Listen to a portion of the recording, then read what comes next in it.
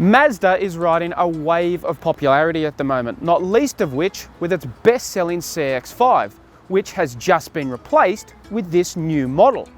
But we've brought along three equally new rivals that could bring this car crashing back to shore. The small SUV class is booming, and there are plenty of popular models to choose from, including the Hyundai Tucson, Kia Sportage and Toyota RAV4. But we've opted to focus on the four newest offerings in this class. We've also chosen to test them in their top specification petrol form.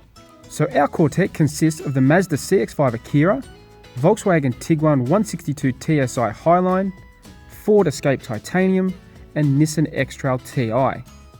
We're going to put this group through their paces to find out which one offers the best in terms of value, practicality and driving dynamics.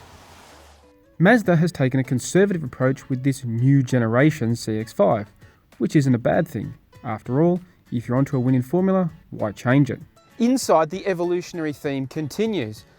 The design is very similar to the old model, but there's just a bit more flair and detail to it, like these air conditioning vents have got a bit more chrome around them. But the biggest difference to the CX-5 in this generation is in the rear, where there's more space and there's rear air conditioning vents to make sitting in the back a more pleasant experience.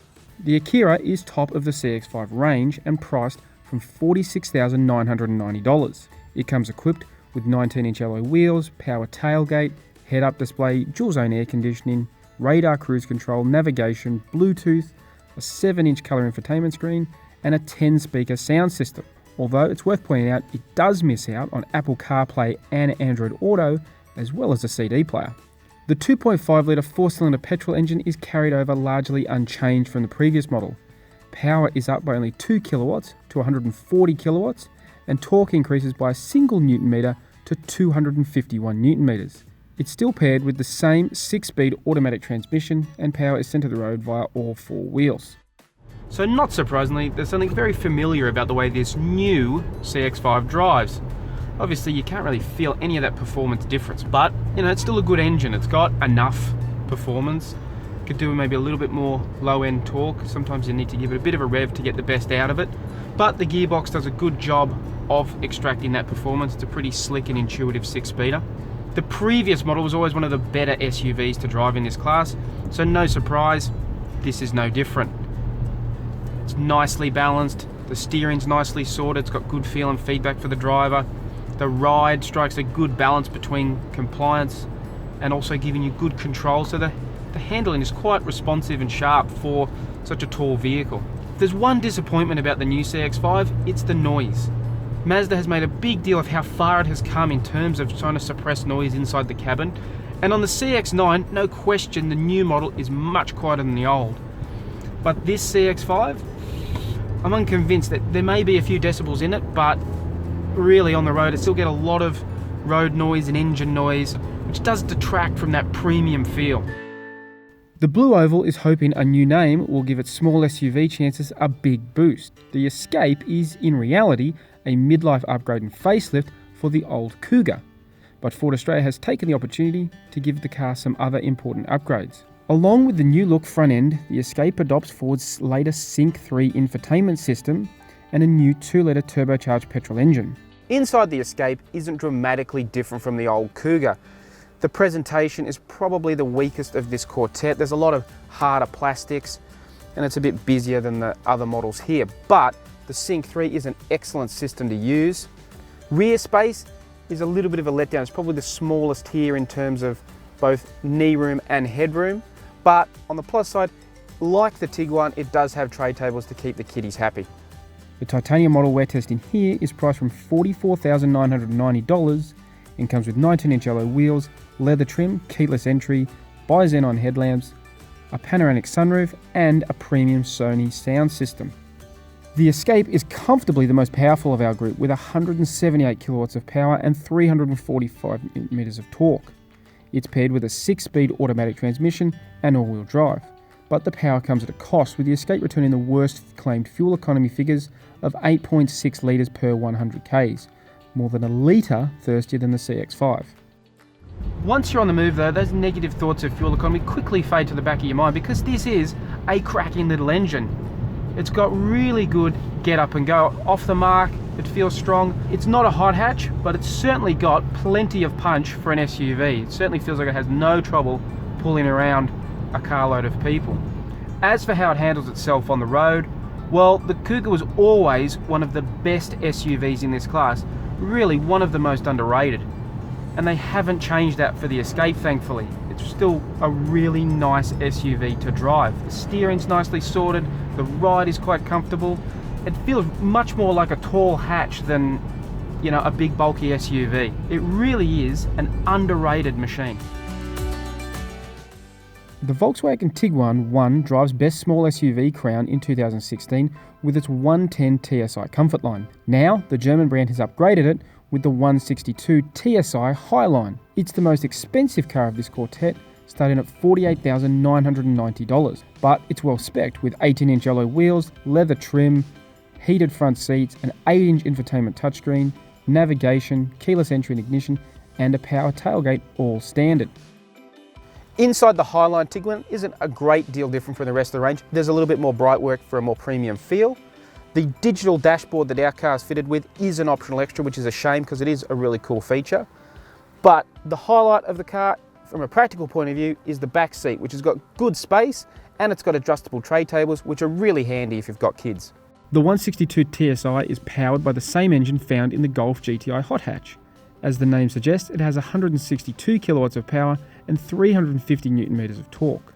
Unlike the 6-speed front-wheel drive Golf, the Tiguan has a 7-speed dual-clutch transmission and all-wheel drive traction. But if you think that means the Tiguan will feel like a Golf GTI on the road, think again. The SUV has a character all of its own. The engine gives it a feeling of effortless performance though. There's simply always a bit more power on tap whenever you need it. As for how it handles itself on the road, well, there are some Volkswagen traits to it because it is all based on that same modular underpinnings as the Golf anyway. So there's certain characteristics that shine through on all these models. The ride can be a little firm at times, but overall it's not too bad. The steering's nicely sorted and the handling is quite agile because it's a little bit firmer. It's a little bit more direct and more responsive than the other three here. Ultimately, the feeling you get with the Tiguan, because of the way the engine performs, the way it rides and handles, and how quiet and refined it is a feeling of premiumness. This does genuinely feel like a step above some of its rivals in this class. Nissan has given the X-Trail a midlife makeover that brings new style to the SUV in line with its latest V-Motion design theme. It adds more edge to the front of the car that ditched its previous boxy styling for a more homogeneous mainstream look back in 2013. But it hasn't hurt sales, with the Nissan still amongst the most popular models in this class. So far in 2017, the X-Trail is 4th on the sales charts behind the CX-5, Tucson and RAV4. And with good reason. It's a practical, spacious and well-equipped SUV. Inside the X-Trail, the design improvements continue. There's a new look steering wheel that's more premium. There's a 7-inch infotainment screen that's larger than the old model, and the small item storage is really good. In the back, the X-Trail boasts the most space of this group with plenty of knee and headroom. The TI model we're testing here is the cheapest of this group at $44,290, but it still comes generously appointed with 19-inch alloys, satellite navigation, digital radio, leather trim with power adjustable and heated front seats, a Bose audio system, heated steering wheel and heated rear seats. The X-Trail has the least powerful engine of our contest. The 2.5-litre 4-cylinder petrol engine produces 126 kilowatts and 226 newton meters and is paired with a continuously variable transmission. Now on paper at least, those figures make the X-Trail by far the least powerful of these four cars here. On the road though, it doesn't feel like it's a million miles behind the others. Yes, the CVT does tend to make it feel a little bit slower when you're looking to pick up speed. It can tend to drone a bit too, which is a bit noisy. But the performance of the X-Trail is actually not bad on the road, despite what the figures say. It doesn't take long to figure out this is the least polished of these four cars here in terms of its on-road manners. The steering's a little bit lighter, lacks that little bit of directness and the feedback that you want as a driver. The ride is a bit busier at times, and like the Mazda, the cabin can be a bit noisy. It just lacks that final layer of polish that the other three SUVs here have. Practicality is a big part of these cars in terms of you either want to chuck your shopping in the back, your kids' school bags, or whatever. So let's take a look at the boots and see how they measure up. The X-Trail has got a really clever hard floor underneath, which can be either sectioned off or completely removed to give you a bigger load area all up. Plus, as you saw at the start, it's got a hands-free kick under the bumper, as does the Escape.